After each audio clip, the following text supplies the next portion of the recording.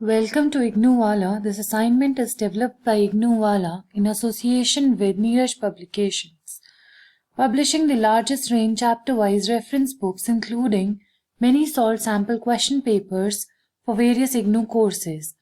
So let us begin with its course code BHDC 133 named as आधुनिक हिंदी कविता। तो हम शुरू करते हैं सत्रीय कार्य आधुनिक हिंदी कविता का। इसका पहला प्रश्न है, निम्नलिखित पद्यांशों की ससंदर्भ व्याख्या कीजिए। पहला प्रश्न है, भीतर भीतर सर्व रस चूसे, हंसी हंसी के तन मन धन मूसे, जाहिर बातन में अति तेज, क्यों सखी साजन नहीं अंग्रेज। मतलब इसका संदर्भ दिया हुआ है कि मुकरियों के लेखन से भारतेंदु का जन मन में चेतना प्रसरित करना चाहते थे। भारतेंदु जो थे उन्होंने मतलब कोशिश की थी कि इन मुकरियों के द्वारा चेतना प्रसारित करने की। भारतेंदु ने साहित्य की विविध विधाओं के साथ ही मुकरी को भी नया रूप प्रदान किया। उन्होंने शुद्ध साहित्यिक मुकरियों को देश की तत्कालीन दशाओं के साथ जोड़ा। जो उस समय देश की कंडीशन चल रही थी उससे उन्होंने इन मुकरियों को जोड़ा था। इस मुकरी में अंग्रेजों की धूर्तता और शोषण के बारे में बताया गया है और इसमें विशेष क्या है, अपने शोषण को छल कपट और धूर्तता भरी बातों के आवरण में छिपाने वाले अंग्रेजों के वास्तविक चरित्र को इस मुकरी में उद्घाटित किया गया है। मतलब जो शोषण करते थे उसको इस पद्यांश के द्वारा दिखाने की कोशिश की गई है। प्रश्न 2 है हमारे पास, सिद्धि हेतु स्वामी गए यह गौरव की बात, पर चोरी चोरी गए यही बड़ा व्यघात। सखी वे मजू से कह कर जाते, कह तो क्या मुझसे वे अपनी पथ बाधा ही पाते। इस संदर्भ में जो इसका संदर्भ है इसमें मैथिली शरण गुप्त द्वारा रचित यशोधरा से उद्धृत है। सिद्धार्थ गौतम अपनी पत्नी यशोधरा और पुत्र राहुल को निद्रावस्था में छोड़कर सिद्धि प्राप्त करने वन में चले गए थे। तो इसके पश्चात यशोधरा इस प्रसंग में दुखी होकर अपनी सखी से अपने मन की बात कह रही है। मतलब उन्होंने इस सत्य की खोज में अपने संसार के सारे जितने भी सुख थे उनको त्याग कर वो जन कल्याण के हेतु वन में चले गए थे।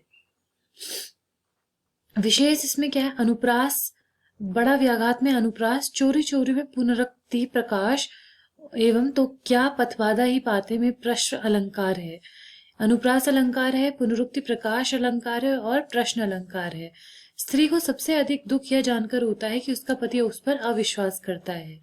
भाषा तत्सम प्रधान, तत्सम मतलब संस्कृत से ली हुई, तत्सम मतलब संस्कृत से ली हुई भाषा है, तत्सम प्रधान है मेनली। प्रश्न 3 है हमारे पास, कोई न छायादार पेड़ व जिसके तले बैठी हुई स्वीकार, श्याम तन भर बंधा यौवन, नत नयन प्रिय कर्मरत मन, गुरु हथौड़ा हाथ करती बार बार प्रहार, सामने तरु मालिका अट्टालिका प्रकार। ये निराला जी की कविता है। इसमें क्या है, तोड़ती पत्थर कविता से लिया गया है और इस कविता में छायावाद और प्रगतिवाद के संधि स्थल पर मौजूद है। यह कविता किस पे, छायावाद और प्रगतिवाद पर। इसकी रचना छायावाद की समाप्ति और प्रगतिवाद के प्रारंभ में हुई थी। इसमें विशेष क्या है, इसमें मुक्त छंद है और छंदोबद्ध दोनों तरह की पंक्तियां हैं। मुक्त छंद की पंक्तियों में लगभग 12 और 24 मात्राओं की आवृत्ति को अपनाया गया। श्याम तन भर बंधा यौवन, नत नयन प्रिय कर्मरत मन में सम मात्रिक छंद का प्रयोग किया गया है। दोनों पंक्तियों में 14-14 मात्राएं हैं और 5वीं और 9वीं मात्रा पर यति है।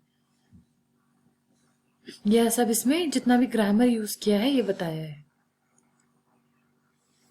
प्रश्न 4 है हमारे पास, न जड़ित में कौन मुझे इंगित करता सब तब मौन, देख वसुधा का यौवन भार गूंज उठता है जब मधुमास, विधुर उर के से मृदु उद्गार, कुसुम जब खुले पड़ते सोचवास, न जाने सौरभ के मिस कौन, संदेशा मुझे भेजता मौन।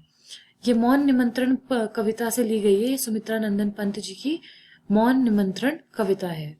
इसका रचना काल नवंबर 1923 है। आगे चलकर यह कविता पल्लव 1926 में संग्रहित हुई।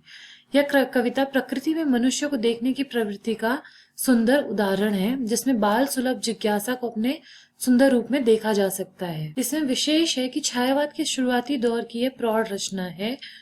प्रकृति के प्रति आत्मीय जिज्ञासा से भैया कविता भरी पूरी है। मतलब जो नेचर की तरफ जो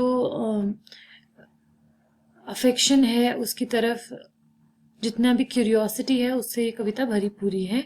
और ह्यूमैनिफिकेशन मतलब ह्यूमनाइजेशन भी किया हुआ है इसमें, जिसे कहते हैं पर्सोनिफिकेशन, मानवीकरण की है, प्रकृति की मानवीकरण किया है। फिर है प्रश्नकुलता में सौंदर्य भरा है। इसकी प्रत्येक पंक्ति में 16-16 मात्राएं हैं। अब आता है हमारे पास 500 शब्दों में उत्तर दीजिए। पहला प्रश्न है, भारतेंदु हरिश्चंद्र के काव्य शिल्प पर प्रकाश डालिए। तो वो भाषा कैसी यूज करते थे? भाषा करते थे सरल, सरस, प्रचलित, परिष्कृत ब्रज भाषा का प्रयोग किया। और भाषा, काव्य भाषा क्या है उनकी? प्राकृत है। उर्दू के शब्दों का प्रयोग, भारतेंदु को उर्दू का उन्हें अच्छा ज्ञान था, किंतु उन्होंने उर्दू के प्रचलित एवं सर्वसाधारण बोधगम्य शब्दों का ही प्रयोग किया है। अंग्रेजी का प्रयोग उन्होंने हास्य संबंधी या हास्य व्यंग से संबंधित रचनाओं के लिए किया है। और स्थानीय भाषा के वो प्रयोग करते थे ताकि वो भाषा को जन सामान्य के जो उनकी रचनाएं हैं उनको भाषा वो जन सामान्य के निकट ला सके। काव्य और वर्णात्मक काव्य भी होता था उनका, निबंध काव्य भी है, विवरणात्मक काव्य भी होता था। मुक्तक काव्य रचनाओं में प्रत्येक छंद स्वतंत्र एवं काव्य आनंद देने में पूर्ण होता है। श्रोत काव्य, प्राचीन प्रणाली और छंदो विधान, फिर रस, अलंकार भी वो इस्तेमाल करते थे, जैसे अनुप्रास अलंकार, यमक, पुनरुक्ति प्रकाश, ये सब अलंकार का भी वो बहुत ही प्रयोग करते थे। अब आता है प्रश्न 6, द्विवेदी युगीन कविता के प्रदेय पर विचार कीजिए। जहां द्विवेदी युगीन कवियों की सबसे बड़ी देन खड़ी बोली को काव्य भाषा के रूप में प्रतिष्ठित करना है, वहीं इन कवियों ने पौराणिक एवं ऐतिहासिक कथानकों एवं व्यक्तित्व को नए अर्थ और संदर्भ प्रदान कर अपने युग की समस्याओं पर विचार किया। उन्होंने काव्य को तदयुगीन राजनीतिक एवं सांस्कृतिक जीवन से जोड़ने का महत्वपूर्ण कार्य किया। द्विवेदी युगीन काव्य की जहाँ बहुत सी महत्वपूर्ण देन है, परंतु उसकी कुछ सीमाएं भी हैं। बहुत सी उन्होंने पोएम्स और ये सब दिया है, लेकिन इसकी कोई लिमिटेशंस भी हैं। किंतु व्याकरणिक शुद्धि जो मतलब उन्होंने इस युग में मौलिक प्रयोग तो हुए, किंतु व्याकरणिक शुद्धि, भाषा में संस्कृत शब्दों के प्रचुरता एवं संस्कृत छंदों के प्रति कवियों के लगाव के कारण मौलिक प्रयोग उतने नहीं हो सके जितने होने चाहिए थे। द्विवेदी युग ने जहाँ हिंदी काव्य को बहुत कुछ दिया, वहीं से कुछ कमियां भी थी जिसके आगे के कवियों ने परिष्कार करने का प्रयत्न किया। मतलब उनकी जो कविताएं थी उनमें परंपरागत नियमों के कारण पंत एवं निराला जैसे कवियों को अपनी काव्य प्रतिभा दिखाने के लिए संघर्ष करना पड़ा। उनको केवल मनोरंजन के साधन स्वीकार नहीं होते थे, वे स्वदेशीय काव्य रचना पर बल देते थे। मतलब जिन कविताओं में कुछ उद्देश्य हो उन पर वो जोर देते थे। द्विवेदी युग के काव्य में राष्ट्रीयता की भावना विदेशियों के अत्याचारों को नंगा करती है। मतलब जो उस टाइम पे जो विदेशी हमारे ऊपर रूल कर रहे थे उनके अत्याचारों को वो दिखाती है। इन पोएम्स के थ्रू हम देख सकते हैं। द्विवेदी युगीन स्वच्छंदतावादी इस धरती को स्वर्ग से अधिक महिमा मंडित कहते हैं। वेल कहता है, संदेश यहाँ मैं नहीं स्वर्ग का लाया, इस भूतल को ही स्वर्ग बनाने आया। मतलब वो कहना चाह रहे हैं कि यहाँ मैं इस भूतल को ही स्वर्ग बनाने आया हूँ। तो देशभक्ति काव्य की रचना भी करते हैं और काव्य भाषा के स्तर पर खड़ी बोली को अपनाकर अपनी स्वच्छंद प्रवृत्ति का भी परिचय देते हैं। जयशंकर प्रसाद की कविताएं प्रकृति और मानवता के स्वरूप का विवेचन कीजिए। तो जयशंकर प्रसाद जी की जो कृतित्व जितने भी थे उनके, वो राष्ट्रीय चेतना के सर्वत्र दर्शन होते थे। चाहे वो नाटक हो, कहानी हो, उनके काव्य संग्रह, सभी में इस भाव के दर्शन किए जा सकते हैं। उनका क्या रहा है, छायावादी कवि के प्रकृति के प्रति असीम स्नेह रहा है। इसके साथ ही एकाकार हो जाना चाहे, इसलिए वह अपने सहचरी के रूप में देखता है, उसके सौंदर्य के आलोक में खो जाना चाहता है। अपने विचारों की लहरों को रूपायित करता हुआ कवि कहता है, उठ उठ रही लघु लघु लाल लहर। कभी कभी लहरों के उतार चढ़ाव द्वारा विरही प्रेमी के हृदय की अनुभूति को अभिव्यक्ति देते हुए लिखता है। वस्तुतः प्रसाद ने सूक्ष्म कलात्मक कौशल द्वारा प्रकृति का रहस्यात्मक उपमान, प्रतीक, मानवीकरण, दार्शनिक व मनोवैज्ञानिक बहुत से रूपों में चित्रण किया है। अब आता हमारे पास प्रश्न 8, पंत जी की कविताओं काव्य चेतना के विकास का वर्णन कीजिए। तो जो उनकी काव्य चेतना थी वह निरंतर विकास के पथ पर अग्रसर रही। जिस प्रकार युग व परिवेश बदलता गया, उसी प्रकार उसकी चेतना में बदलाव आता रहा। इसी का परिणाम है कि उनकी रचनाओं में 3 स्तर दिखाई पड़ते हैं: सौंदर्य, शिव व सत्य। मतलब 3 चीजें उनकी रचनाओं में विशेषता में देखने को मिलते हैं। और काव्य चेतना मतलब उनकी काव्य अनुभूति की दृष्टि से पंत जी की रचनाओं में शिशु की कोमलता, जिज्ञासा, प्रकृति के प्रति रहस्य भावना, मधुर विस्मय, व्यक्तिवादी मनस्थितियों और मूल मनोदशाओं के प्रति अधिक अनुभव है। मौन निमंत्रण, नौका विहार, सांध्य तारा और इस दृष्टि से महत्वपूर्ण कृतियां हैं। प्रकृति सौंदर्य के बारे में भी उन्होंने काफी कुछ लिखा है। पंत जी की कविताओं को जीवन दर्शन उभर कर जो सामने आता है, उस पर विवेकानंद, रामकृष्ण, रविंद्रनाथ टैगोर और व गांधी के अतिरिक्त उपनिषद का भी सीधा प्रभाव दिखाई पड़ता है। मतलब वो सब कुछ इंक्लूड करके चलते हैं अपनी उस बुक, अपनी जो जितनी भी कविताएं हैं उनमें। नारी के प्रति नवीन दृष्टि, मतलब जो उनकी कविताएं हैं उसमें नारी के प्रति नवीन दृष्टि, मतलब नए तरीके का देखने को मिलती है। जिस तरह से वो चित्रण करते हैं, वह नारी के स्वतंत्र अस्तित्व का चित्रण करते हैं। और जो तुच्छ भोग की वस्तु नहीं समझते हैं, वह जननी कहते हैं। और वो देवी, माँ, प्राण व सहचरी के रूप में भी उन्होंने चित्रित किया है। मतलब उन्होंने, तुम जननी, प्रीति की स्रोत स्विनी, तुम दिव्य चेतना, दिव्य मना, तुम स्वर्ण किरण की निर्झरिणी, आभा देही आभा बसना। तो उन्होंने इस तरह से उनको चित्रित किया है। प्रिय प्रवास का मूल प्रतिपाद्य स्पष्ट कीजिए। पंडित श्रीधर पाठक के बाद हरिऔध जी हैं जिन्होंने खड़ी बोली में सरस और मधुर रचनाएं की। प्रिय प्रवास की रचना हरिऔध जी ने 1914 में की थी। वह हिंदी का प्रथम महाकाव्य है। वह हिंदी का क्या है? प्रथम महाकाव्य है, जिसकी कथा वस्तु में श्री कृष्ण के मथुरा गमन, राधा गोपियों की विरह गाथा, पवन दूती प्रसंग, यशोदा की व्यथा, उद्धव गोपी संवाद आदि के बारे में चित्रण किया गया है। प्रिय प्रवास महाकाव्य कुल 17 सर्गों का वर्णन है। प्रथम वर्ग में संध्या वर्णन है, और द्वितीय में गोकुल वासियों का कृष्ण से विरह होने पर उनका व्यथित होना है। तृतीय में नंद की व्याकुलता एवं यशोदा को कृष्ण की कुशलता के लिए कही गई मनौतियां हैं। चतुर्थ में राधा के सौंदर्य का चित्रण है। 5वें सर्ग में गोकुल के विरह का वर्णन है। 6ठे में कृष्ण यशोदा का वर्णन है। 7वां, ऐसे ही करते करते ये 17 तक प्रेम, व्यक्तिगत प्रेम से ऊपर है, हरिऔध जी ने बताया है। प्रश्न 10 है, मैथिली शरण गुप्त की कविता में नारी सम्मान की भावना पर विचार कीजिए। तो नारी उत्थान भारत के आधुनिक युग में एक महत्वपूर्ण मुद्दा बना।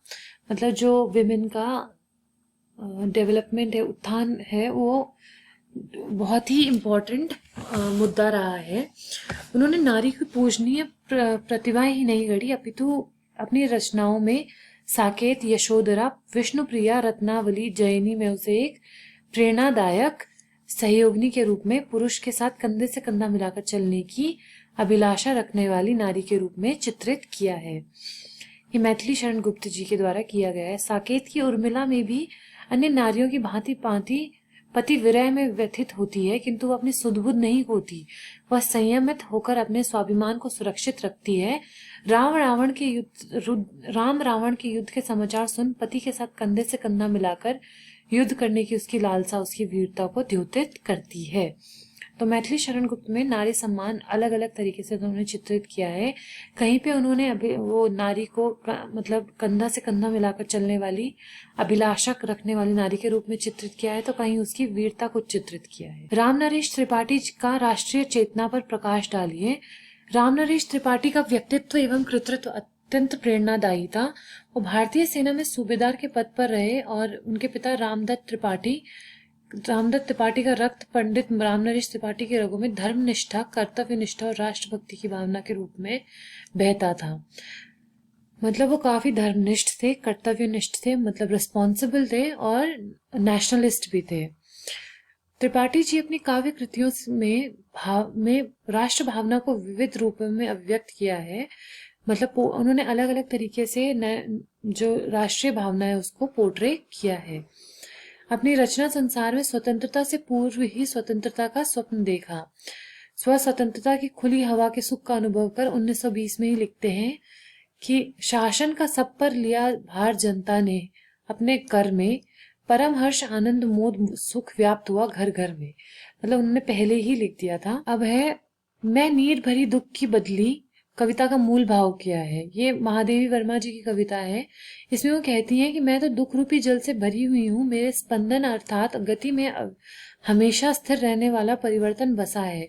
अर्थात बादल हवा के साथ सभी जगह पहुंचते हैं और चिरस्थायी विकास करते हैं। स्पंदन युक्त बादल आपस में टकराते हैं और गड़गड़ाहट की ध्वनि का निर्माण होता है। कवित्री ने उनका क्रंदन कहा है, लेकिन बादलों के इसी क्रंदन के कारण जोरों की बारिश होती है और प्यासा विश्व हर्ष विभोर होकर हंसने लगता है। तो ये महादेवी वर्मा जी की कविता है। उसमें उन्होंने मतलब जीवन विषयक जो दृष्टिकोण रहता है उसको स्पष्ट करने वाली ये कविता है। If you want to download the PDF of this assignment, you can visit ignowala.com, and to get reference book for this subject, please visit Neeraj Books, www.neerajbooks.com, where you can get up to 50% plus 10% special discount offer on all Neeraj IGNOU books. For more updates and information related to IGNOU, please subscribe and also comment below if you have any feedback and which assignment do you want to see next. Thank you for watching.